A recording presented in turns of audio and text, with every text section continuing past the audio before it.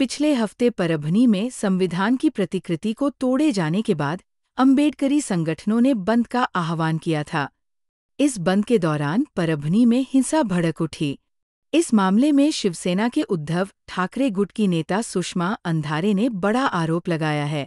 नागपुर में एक press conference में अंधारे ने आरोप लगाया कि अम्बेडकरी संगठनों ने शांतिपूर्ण बंद का आह्वान किया था, लेकिन कुछ हिंदूवादी संगठनों ने तोड़फोड़ की और अम्बेडकरी आंदोलन को बंद करने की साजिश रची। संविधान की प्रतिकृति के अपमान के बाद अम्बेडकरी संगठनों ने कलेक्टर और पुलिस की मौजूदगी में शांतिपूर्ण बैठक की। कलेक्टर ने स्वयं बाबा साहब की प्रतिमा पर माल्यार्पण किया। इसके बाद अम्बेडकरी संगठन ने विरोध स्वरूप शांतिपूर्ण हड़ताल की घोषणा की।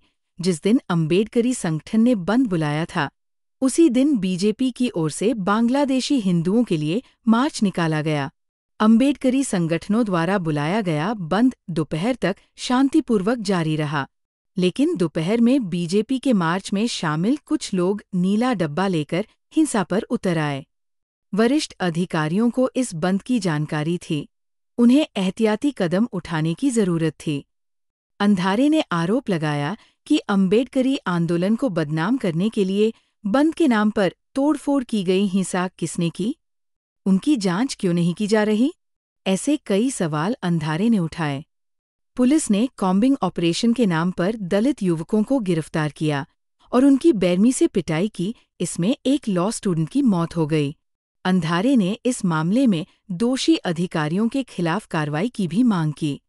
5 डिसेंबरला 20 तारखेला राज्यामध्ये निकाल लागले आणि त्यानंतर 20 तारखेला निकाल लागले आणि 5 तारखेला राज्याच्या मुख्यमंत्र्यांनी शपथ घेतली। 10 दिवसानंतर शपथ घेतली आणि तब्बल 1 महिन्यानंतर राज्यामध्ये मंत्रिमंडळ काल अस्तित्वात आलं। मात्र अजूनही त्यांचे पोर्टफोलिओ तयार झालेले नाहीत आणि त्या पोर्टफोलिओला पुन्हा 2 दिवस अजून जास्तीचे लागत आहेत। मात्र या सगळ्या काळामध्ये ज्या महाराष्ट्रात अनेक घटना घडल्या त्याला जबाबदार कोण आहे? महाराष्ट्रात ज्या खून, हत्या, मारामारी, जाळपोळ, हिंसाचार या सगळ्या घटना घडल्या, याची जबाबदारी नेमकं कोण घेणार आहे? यावरती सन्माननीय मुख्यमंत्री आणि उपमुख्यमंत्री महोदयांनी बोललं पाहिजे। या सगळ्या 1 महिन्याच्या काळामध्ये मी पहिल्यांदा तर सगळ्या कालच्या नवनिर्वाचित मंत्री महोदयांचे सगळ्यांचे आम्ही अभिनंदन करतो, त्यांना शुभेच्छा देतो। मात्र या सगळ्या मंत्री महोदयांमध्ये माझी अशी अपेक्षा होती की ज्यांच्यावर अनेक प्रकारच्या भ्रष्टाचाराचे डाग लागलेले आहेत, ज्यांचं रिपोर्ट कार्ड अगदी ज्याला आम्ही आमच्या गावाकडच्या भाषेत ढकलपास म्हणतो, एटीकेटी लागणं म्हणतो, अशा पद्धतीचं रिपोर्ट कार्ड आहे, अशा लोकांना कदाचित मंत्रिमंडळात स्थान मिळणार नाही असं वाटलं होतं। ड्रगच्या संबंधाने ज्यांनी अनेक दावे केले, मात्र एकाही ना आरोपीला पकडलं, ना ड्रग्जला आळा घातला, ना राज्यातल्या एकूण जे काही दारू, मटका, जुगार वेगवेगळे व्यवसाय होते त्याला कुठेही पायबंद बसला। अशा राज्य उत्पादन शुल्क सांभाळणारे तत्कालीन मंत्री शंभूराज देसाई यांचा मंत्रिमंडळातला समावेश हा थक्क करून सोडणारा आहे। नाशिकमध्ये ललित पाटील आणि ड्रग्जचे अनेक एमडी ड्रग्जचे साठे सापडले। पालकमंत्री म्हणून तत्कालीन पालकमंत्री दादा भुसे पूर्णतः अपयशी ठरले होते, तरीही पुन्हा त्यांचा मंत्रिमंडळातला वावर हा अगदीच म्हणजे धक्कादायक आहे। अत्यंत वाचाळपणासाठी प्रसिद्ध असणारे बदमाश संजय सिरसाट यांना मंत्रिमंडळामध्ये घेणं हे तर म्हणजे पुन्हा एकदा महिलांचा अवमान आणि अवहेलना करणारं। मला वाटते भाजपाचे देवेंद्र भाऊ आणि त्यांच्यासोबत काही चित्रविचित्र भाषा करणाऱ्या बायका या सगळ्यांना काल संजय राठोडांचा शपथविधी घेताना पूजा चव्हाणच्या आत्म्याला काय वाटलं असेल याचा कदाचित विचार करायची त्यांना गरजच पडली नसेल। पण तरीही मला 2 महत्त्वाचे मुद्दे आज इथे आपल्या समोर मांडायचे आहेत आणि पत्रकार परिषदेत मी तातडीने आपल्या सगळ्यांच्या समोर येण्याचं कारण असं आहे की मोजून 3 ते 4 दिवसांचं अधिवेशन आहे। त्यातला पहिला दिवस तर फक्त गुडी फार तर 4-2 श्रद्धांजल्या वाहण्यामध्ये आणि 4-2 लोकांचं अभिनंदन करण्यामध्ये, शुभेच्छा ठराव करण्यामध्ये आजचा दिवस जाणार आहे। उरलेल्या 3 दिवसामध्ये काय करणार या अधिवेशनामध्ये? ज्या अधिवेशनाला करोडो रुपये खर्च केला जातो, ज्या अधिवेशनामध्ये रेड कार्पेट टाकून करोडो रुपयांची लयलूट केली जाते, तिथे साधी जर लक्षवेधी मांडता येणार नसेल तर अधिवेशनात करणार काय? कारण या अधिवेशनामध्ये लक्षवेधी प्रश्न विचारावेत या संदर्भाने आम्ही काही विचारणा करत होतो की राज्यातले 2-3 महत्त्वाचे प्रश्न आहेत जे लक्षवेधीमध्ये यावेत, पण आम्हाला कामकाज चालवणाऱ्या लोकांकडून कळतं की या अधिवेशनाच्या दरम्यान एकही लक्षवेधी मांडली जाणार नाही। यातले महत्त्वाचे मी भारतीय जनता पार्टीचे आभार एका गोष्टीसाठी मानले पाहिजे की 4 दिवसांपूर्वी आम्ही एक पत्रकार परिषद घेतली होती आणि त्या पत्रकार परिषदेत स्पष्टपणे सांगितलं होतं की तानाजी सावंत आणि धर्मराव बाबा आत्राम या दोघांच्या संगनमताने जो बनावट औषध पुरवठा झालेला आहे, त्या बनावट औषध पुरवठ्यामुळे महाराष्ट्रातल्या हजारो लोकांचा जीव गेला असता अशा लोकांवरती गुन्हे दाखल व्हावेत, अर्थात त्यांना काल मंत्रिमंडळापासून बाजूला ठेवण्यात आलं आहे, हे अभिनंदनीय गोष्ट आहे।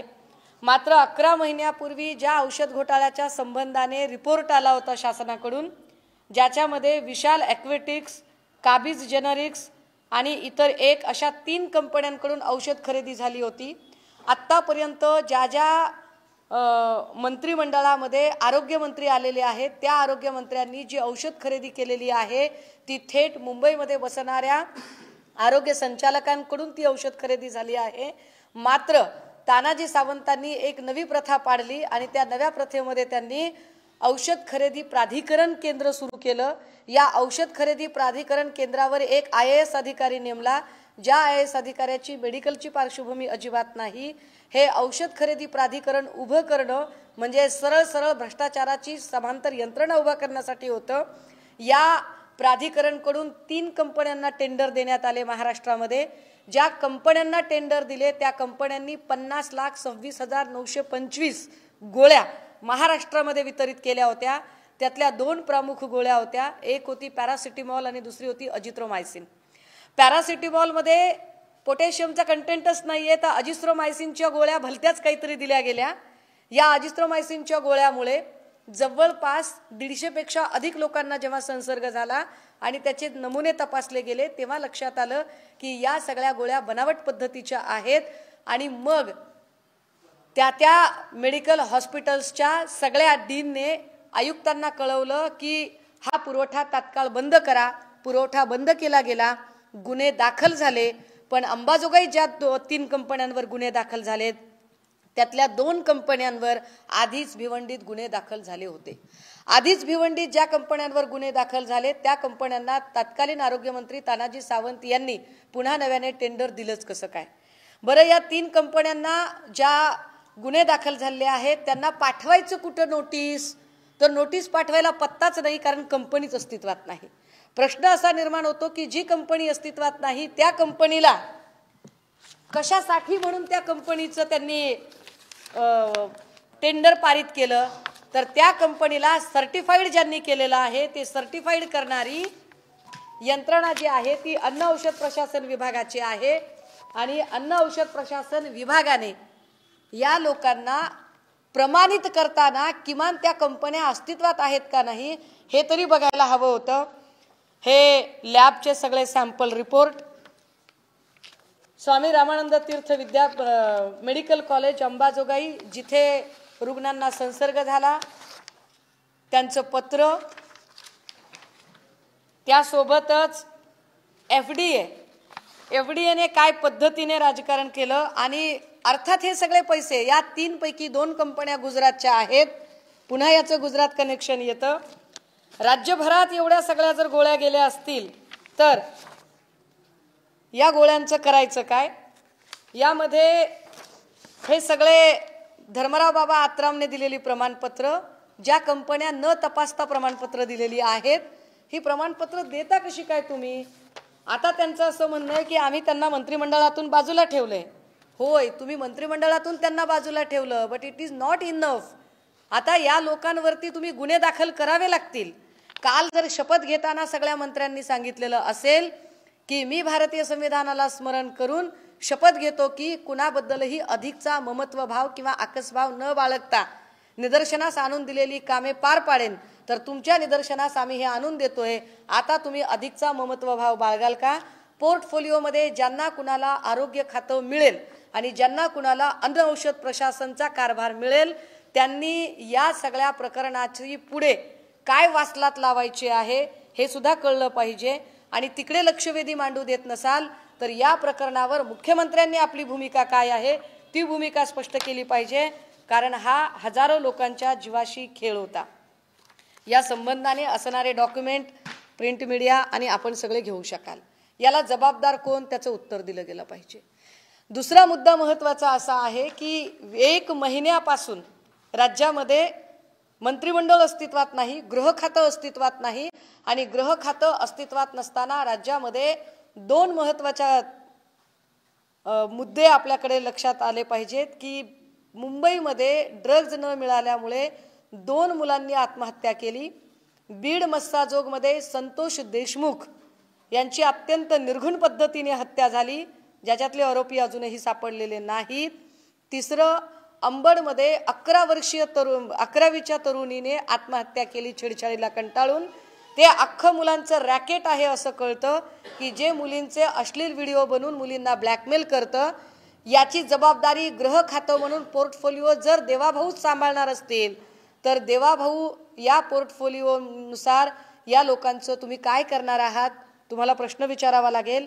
आणि अत्यंत महत्त्वाचं या पत्रकार परिषदेचं कोर कारण की का मला इथे यावं लागतंय आणि तुमच्याशी बोलावं लागतंय, साधारणतः 5 दिवसांपूर्वी परभणीमध्ये विश्वरत्न डॉक्टर बाबासाहेब आंबेडकर यांच्या पुतळ्याचं जवळ असलेल्या संविधानाची प्रति ही उद्ध्वस्त करण्यात आली। ही प्रत उद्ध्वस्त केल्यानंतर साहजिक आहे आंबेडकरी जनतेमध्ये एक संतापाची लाट येणं फार स्वाभाविक होतं, परंतु ती संतापाची लाट येताना जेव्हा ही घटना लक्षात आली अगदी त्याच वेळेला परभणीतल्या आंबेडकरी चळवळीतल्या सगळ्या कार्यकर्त्यांनी परभणी जिल्हा कलेक्टर आणि परभणी जिल्हा SP यांच्या निदर्शनास ही बाब आणून दिली। SP आणि कलेक्टर हे स्वतः आले, त्यांनी बाबासाहेबांच्या पुतळ्याला हार घातला। पुतळ्याला हार घातल्यानंतर आता प्रकरण शांततेत मिटत होतं। आंबेडकरी चळवळीतल्या अनुयायांनी सांगितलं की उद्या आम्ही शांततेत बंद पाडणार आहोत। बंदचं आवाहन त्यांनी केलं होतं, मात्र त्याच वेळेला एका दुसऱ्या घटनेकडे फार दुर्लक्ष केलं जातंय की त्याच्या ज्या दिवशी बंदचं आवाहन केलं होतं त्याच दिवशी भारतीय जनता पार्टीकडून बांगलादेशीय हिंदूंच्यासाठी बंदचं आवाहन केलं गेलं होतं, मोर्चाचं आवाहन केलं गेलं होतं आणि बांगलादेशीय हिंदूंच्यासाठी बंद आणि मोर्चाचं आवाहन करणारे लोक जे होते त्यातल्या काही लोकांनी जाणीवपूर्वक गळ्यामध्ये निळे गमचे टाकून परभणीमध्ये अशांतता निर्माण करायचा प्रयत्न केला। परभणीमध्ये दंगल सदृश्य परिस्थिती निर्माण केली। ही दंगल सदृश्य परिस्थिती इतकी मोठी होती की आदल्या दिवशी जर स्वतः कलेक्टर महोदय आणि SP महोदय हे स्वतः बाबासाहेबांच्या पुतळ्याला हार घालायला गेले असतील तर कलेक्टर आणि SP या दोनही अत्यंत वरिष्ठ अधिकाऱ्यांच्या हे लक्षात यायला पाहिजे की पूर्व प्रतिबंधात्मक काळजी काय घ्यायला हवी। विशेषतः जर त्याच दिवशी बांगलादेशी हिंदूंच्यासाठी भारतीय जनता पार्टी प्रणित मोर्चा निघणार असेल तर यातनं काही वेगळं होऊ शकतं, याची काळजी त्यांनी घ्यायला हवी होती। परभणीतल्या छोट्या मोठ्या व्यापाऱ्यांचं नुकसान झालं हे आम्हाला मान्यच आहे आणि त्याचं कोणी समर्थनच करत नाही, पण परभणीतल्या छोट्या मोठ्या व्यापाऱ्यांचं जे नुकसान झालं तिथे जी तोडफोड झाली ती तोडफोड नेमकी केली कोणी? ती तोडफोड करण्यासाठी जे निळे गमचे गळ्यात घालून जे लोक पुढे आलेले होते ते लोक होते तरी कोण? या लोकांची चौकशी का केली जाऊ नये आणि त्यावर कुणीच का बोलत नाही? हा जो नेमका जो गोंधळाची एकदम परिस्थिती झाली, ज्या कलेक्टर ऑफिसमध्ये एरवी 5 लोक जाऊ देत नाहीत त्या कलेक्टर ऑफिसमध्ये अचानक 500 लोक जातात, म्हणजे कलेक्टर ऑफिसच्या तिथे बंदोबस्त नव्हता का? पोलिसांनी पुरेशी काळजी घेतली नव्हती का? पोलिसांनी ठरवून परिस्थिती चिघळण्याची वाट बघितली का? आणि त्यानंतर संध्याकाळी कोम्बिंग ऑपरेशनच्या नावाखाली जे मारहाण करण्यात आली, या मारहाणीचे अनेक फुटेजेस मी आपल्या सगळ्यांना पाठवू शकेल।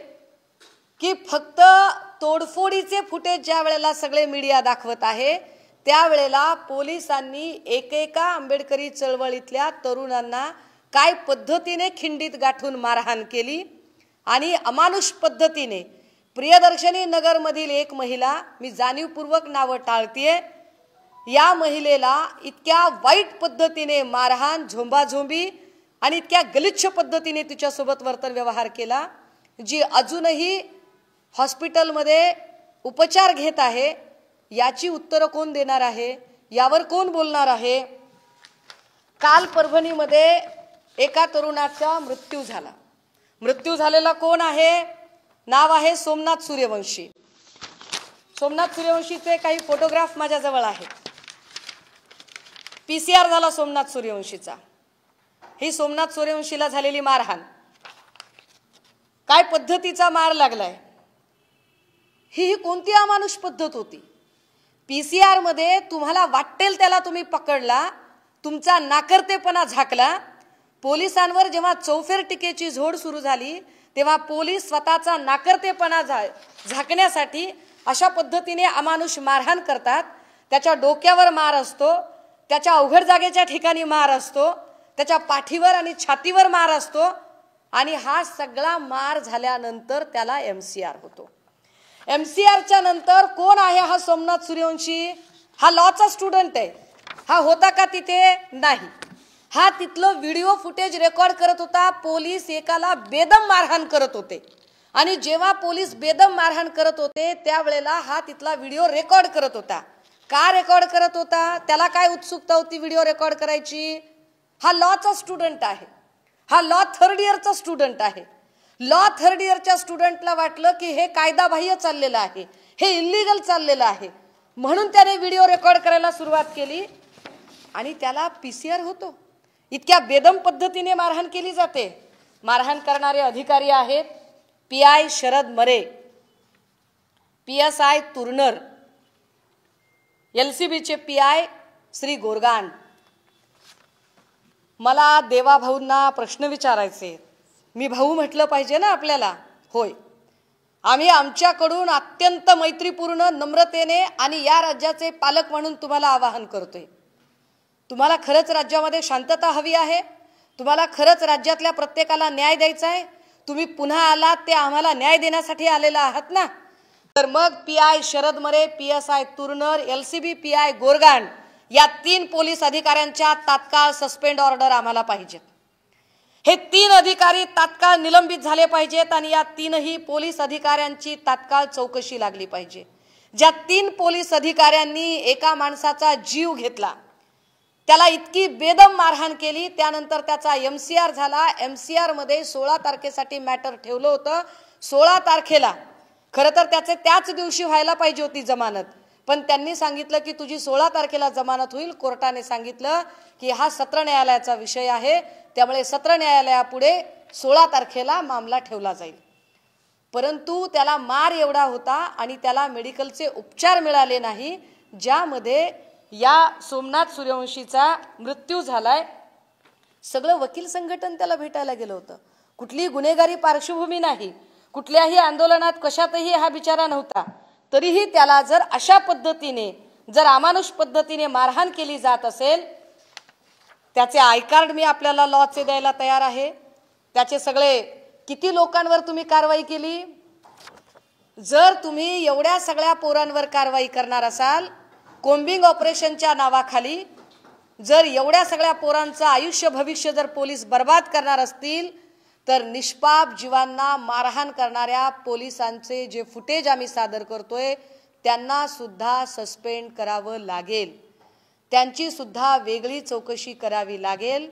परभणीचं जाळपोळ प्रकरण हे कृत्रिम पद्धतीने तणाव निर्माण करण्यासाठी आणि जिल्ह्यात अशांतता निर्माण करण्यासाठी माझा स्पष्ट आरोप आहे की परभणीमध्ये जे काही लोक निवडून आलेले होते, मग ते भाजपचे असतील, परभणी जिल्ह्यातले भाजपचे, शिंदे गटाचे आणि अजून काही अजितदादा गटाचे, जे हे लोक वेगवेगळे निवडून आले, मग ते रत्नाकर गुट्टेंच्या सकट सगळे लोक असतील, जे कोणी हे लोक निवडून आले, मंत्रिपदासाठी दुसरा कसा मंत्री कुचकामी ठरू शकतो आणि मी कसा मंत्री होऊ शकतो यासाठी म्हणून एकमेकांना शहकाटशह करण्याच्या नादात यांनी परभणी अशांत केली. याला मंत्रिमंडळ विस्ताराची सुद्धा पार्श्वभूमी होती आणि या शहकाटशहच्या नादामध्ये इथल्या चळवळीतल्या लोकांचं, या पोरांचं यांनी नुकसान केलं. ज्या ज्या पोरांवरती गुन्हे दाखल केले याच्यामध्ये ऋतिक उजगरे, तुषार कांबळे, सोमनाथ धोत्रे, संजय खिल्लारे, याच्यासोबतच आकाश अंभोरे, आकाश उजगरे, तुषार सोनकांबळे, रत्नदीप कांबळे, नागेश पैठणे, सुनील भालेराव, रमाकांत हजारे, विजय वावळे, योगेश चव्हाण, इतर 40 ते 50 सगळी शिकणारी मुलं आहेत. तुम्ही म्हणताय ना, काल शपथ घेताना सगळ्या मंत्र्यांनी सांगितलं की अधिकचा आकसभाव आम्ही बाळगणार नाही. हा कुठला आकसभाव आहे तुमचा की शिकणाऱ्या पोरांवर तुम्ही एवढे गुन्हे दाखल करता? ही कोणती पद्धत आहे तुमची कामाची? याच्यामध्ये FIR करता जो झालेला आहे तो पोलीस नाईक बाबासाहेब आशुर्बा बिक्कड, वय वर्ष 40, police Naik, buckle number 889, Nanalpeth, Parbhani, जो माणूस याच्यामध्ये आरोपी झालेला आहे. याच्यातलं दुसरी FIR आहे. या दुसऱ्या FIR मध्ये जे लोक आहेत याच्यामध्ये म्हणजे किती FIR कराव्यात, किती लोकांवर गुन्हे दाखल करावे हे नाही सांगितलं. बांगलादेशी हिंदूंना वाचवण्यासाठीचा मोर्चा म्हणून जी लोक भाजपने बाहेर काढली, ही लोक निळे गमचे गळ्यात घालतात आणि निळे गमचे गळ्यात घालून परभणीतल्या या सगळ्या लोकांमध्ये तोडफोड आणि सुरू करतात. आणि बदनाम जर ते चळवळीला करत असतील तर अशा लोकांचा बिमोड झाला पाहिजे. यामध्ये ज्या ज्या लोकांवरती, या सगळ्यांचे पोर्टफोलिओ बघा तुम्ही ज्यांच्यावरती गुन्हे दाखल केलेत याच्यातला कुणीतरी सराईत गुन्हेगार आहे का? विजय वाकोडे कोण आहेत? विजय वाकोडे, अरे विजय वाकोडे हा जुना पॅन्थरचा माणूस. या माणसाला एवढ्या शारीरिक व्याधी आहेत की सध्या हा माणूस जागचा हलू शकत नाही. विजय वाकोडेची सध्या शुगर आणि अनेक आजारांनी त्रस्त आहे. जुना जनता पॅन्थरचा माणूस आहे आणि हा माणूस रस्त्यावर येऊन तोडफोड करूच शकत नाही. अशा माणसाला मध्ये घेता तुम्ही? रवी सोनकांबळे, नगरसेवक राहिलेला माणूस, अत्यंत समंजस, परभणीमध्ये शांतता राहण्यासाठी कित्येक वेळा शांतता कमिटीवर काम केलेला माणूस. सुधीर साळवे, साई नरावडे, महादेव ननावरे, काय नावं घेताय? किशोर बोराडे, सतीश भालेराव, विनोद दवले, आत्माराम राऊत, विशाल जंगले, सूरज खिल्लारे, रमेश मोरे, श्रीशांत भावळे, महेश कोकाटे, चंद्रकांत जोंधळे, सिद्धार्थ काकडे, अमोल जोंधळे, सिद्धार्थ रायभोळे, किरण जोंधळे, एका कुटुंबातली अख्खी कुटुंबाच्या कुटुंब उद्ध्वस्त, म्हणजे जामीन घ्यायला सुद्धा कोणी शिल्लक नाही राहिला पाहिजे. सोमनाथ सूर्यवंशी 20 नंबरचा आरोप, 20 नंबरला FIR मध्ये या माणसाचं नाव आहे. आणि हा सोमनाथ सूर्यवंशी हा लॉचा स्टुडंट 3rd इयरचा, जो फक्त आणि फक्त व्हिडिओ रेकॉर्ड करत होता. याला इतकी बेदम मारहाण केली गेली की याची मारहाण अक्षरशः जणू याच्यावरती एखाद्या धारदार शस्त्राने वार करावेत अशा पद्धतीची मारहाण जर तुम्ही सोमनाथ सूर्यवंशीला करत असाल आणि त्याचा बळी जात असेल, भलेही तो MCR मध्ये मेला, त्याचा MCR चालू असताना तो गेला, पण त्याला पोलीस कस्टडीमध्ये अमानुष मारहाण केली गेली म्हणून तो मेला. आमची देवेंद्र फडणवीस साहेबांना विनंती आहे, भाऊ मी सभागृहात काम करत नाही, मी सभागृहात असते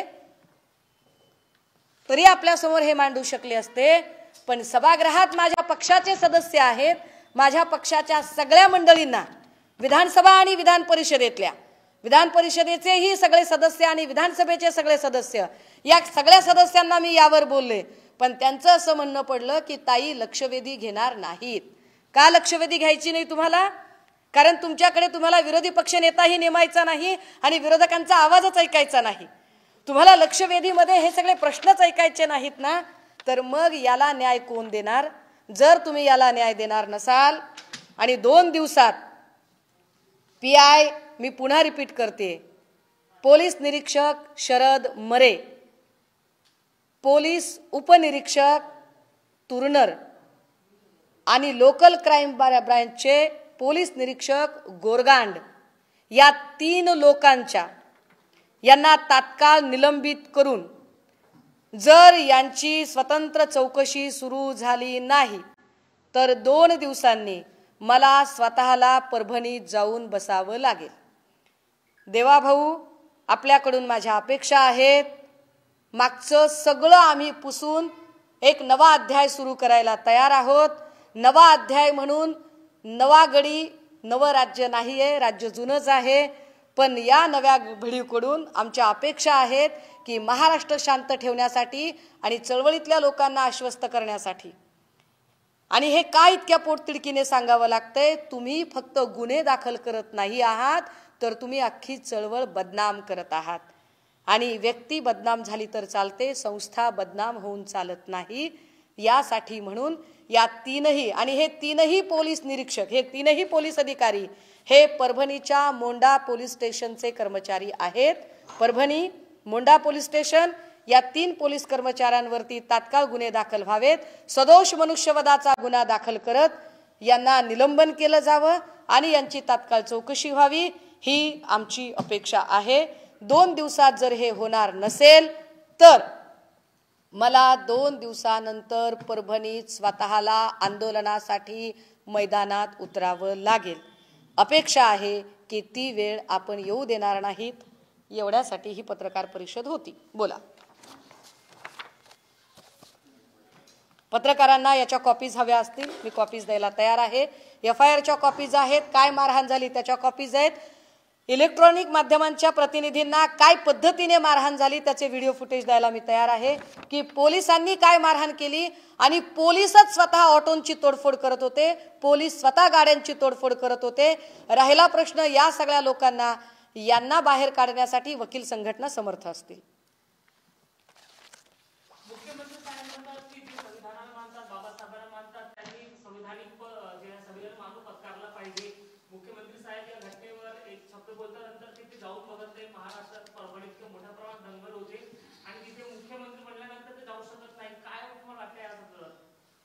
सन्माननीय मुख्यमंत्री महोदयांचं वक्तव्य माझ्यासाठी परमादरणीय। भारतीय संविधानाप्रमाणे सगळ्यांनी वागलं पाहिजे, संविधानाचा आदर केला पाहिजे आणि संविधानाला मानणाऱ्या लोकांनी तर संविधानाचा आदर केलाच पाहिजे। पण माझं म्हणणं हे आहे की ज्यांनी तोडफोड केली मुळात ते चळवळीचे लोकच नव्हते, ते संविधान मानणारे नव्हते। निळे गमछे घालून कोण गेलं होतं परभणी अशांत करायला, त्यांना शोधा असं माझं म्हणणं आहे। आंबेडकरी अनुयायांच्या आडून कुणी परभणीमध्ये जाळपोळ केली, तोडफोड केली, त्याची चौकशी झाली पाहिजे। आणि सोमनाथ सूर्यवंशी, आणि चला 1 मिनिटासाठी असं गृहीत धरू की तुम्हाला एखादा आरोपी सापडला, त्याचा जीव घेण्याचा अधिकार कुणी दिला? देवेंद्र भाऊंनी आम्हाला उत्तर द्यावं। सोमनाथ सूर्यवंशीचा जीव घ्यायचा अधिकार PI मरे, PSI तुरनर आणि LCB PI गोरगांड यांना कुणी दिला होता? त्यामुळे या 3ही मोंडा पोलीस स्टेशनच्या अधिकाऱ्यांचे तात्काळ निलंबन होणं अपेक्षित आहे। बोला। नाही, मला असं म्हणायचं नाही, मला एवढंच म्हणायचंय की त्या एकाच दिवशी बांगलादेशीय हिंदूंच्या संरक्षणासाठीचा मोर्चा निघाला, त्याच दिवशी बंदची हाक होती। बंदची हाक माहीत नाही असं असूच शकत नाही, कारण स्वतः जिल्हाधिकारी आणि जिल्हा पोलीस अधीक्षक दोघेही बाबासाहेबांच्या पुतळ्याला हार घालायला आले होते। तिथे सगळे जुने जाणते आंबेडकरी चळवळीचे कार्यकर्ते होते। त्यांनी सांगितलं की उद्या बंद होणार आहे आणि फार तर आम्ही जुजबी इथं येऊ, आम्ही एखादं त्रिसरण पंचशील करू आणि आम्ही निघून जाऊ। परंतु दुपारी 2-3 नंतर जी परिस्थिती बिघडली ती कुणामुळे बिघडली? पोलिसांनी पूर्व प्रतिबंधात्मक कारवाई का केली नाही? राज्यामध्ये गृह खातं, गृहमंत्री अस्तित्वात नाही, त्याचा हा परिणाम आहे का? पोलिसांना योग्य ते निर्देश मिळाले नाही का? मग ही जबाबदारी पोलिसांची आहे, पोलिसांनी ती जबाबदारी घेतली पाहिजे आणि न्याय दिला पाहिजे।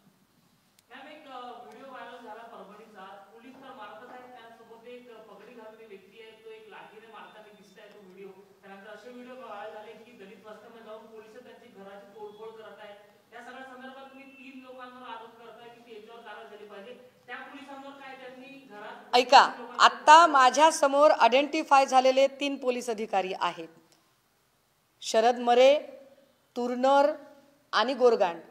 मी या तिघांना, जे की पोलीस कस्टडी PCR झाला त्यावेळेला या सोमवंशीला मारहाण करण्यासाठी, त्याला पकडण्यासाठी आणि ज्यांच्या अखत्यारीत, ज्यांच्या अधिकार क्षेत्रात हे झालेलं आहे, हे तिघं जे आयडेंटिफाय झाले त्या 3 अधिकाऱ्यांची मी थेट नावं घेतलेली आहेत। उर्वरित जे पोलीस कर्मचारी आहेत त्यांचे व्हिडिओ फुटेजही मी तपासायला अजून मी त्याच्या संबंधाने निवेदन देते आणि हे सगळे लोक आयडेंटिफाय करण्याची जबाबदारी ही डिपार्टमेंटची असेल। ते आयडेंटिफाय करण्याची जबाबदारी सन्माननीय मुख्यमंत्री महोदयांची आहे। सन्माननीय मुख्यमंत्र्यांना माझी विनंती असेल याची डिपार्टमेंटल चौकशी करू नका, कारण डिपार्टमेंटल चौकशी जेव्हा होते तेव्हा डिपार्टमेंटचा माणूस डिपार्टमेंटच्या माणसाला वाचवायचा प्रयत्न करतो। त्यामुळे डिपार्टमेंटल चौकशीची मला अपेक्षा नाहीये। डिपार्टमेंटच्या बाहेर त्रयस्थ अशी याची वेगळी CID चौकशी करा आणि काय ते आम्हाला तुम्ही न्याय द्या। पेपर पाहिजे पेपर घ्या।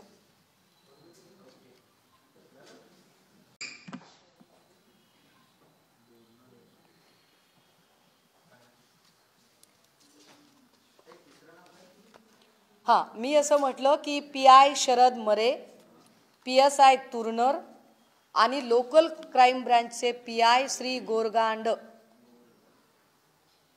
या 3 लोकांना तात्काळ निलंबन झालं पाहिजे, अन्यथा राज्यभरात याचे पडसाद उमटल्याशिवाय राहणार नाही।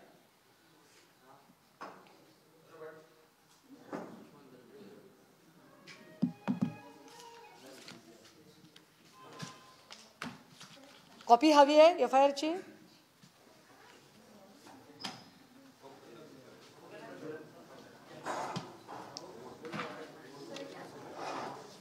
ही नाव PI बोला बोला बोला।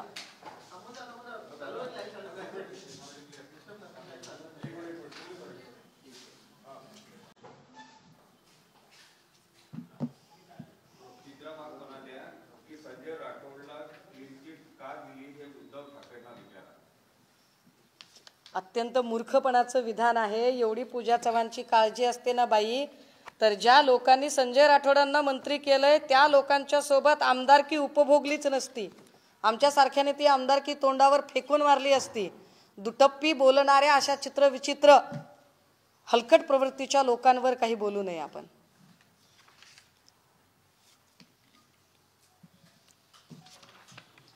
तुम्ही आमचा संताप अनावर करता।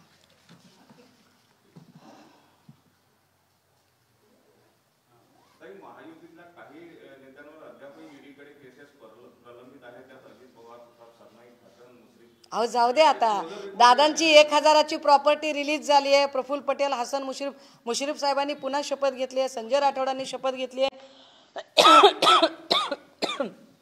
ज्या पद्धतीने या सगळ्या लोकांना वॉशिंग मशीन मधून धुवून काढले, याचा अर्थ भाजपाला ते जे म्हणत होते ना की भ्रष्टाचार मुक्त भारत करणार आहोत आम्ही, भ्रष्टाचार मुक्त महाराष्ट्र, तर काय असतं की जेव्हा अख्खं राज्य स्वच्छ करायचे, आपण जेव्हा घर स्वच्छ करतो तेव्हा त्या घरातला सगळा कचरा एका डस्टबिन मध्ये टाकतो।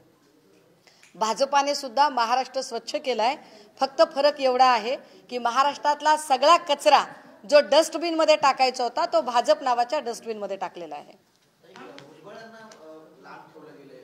मला खरंच याचं वाईट वाटतंय। सन्माननीय भुजबळ साहेबांच्या सारख्या अनुभवी आणि ज्येष्ठ व्यक्तीला मंत्रिमंडळात स्थान मिळायला हवं होतं, मात्र मराठा OBC या वादाचे बळी भुजबळ साहेब ठरले का असं राहून वाटतंय।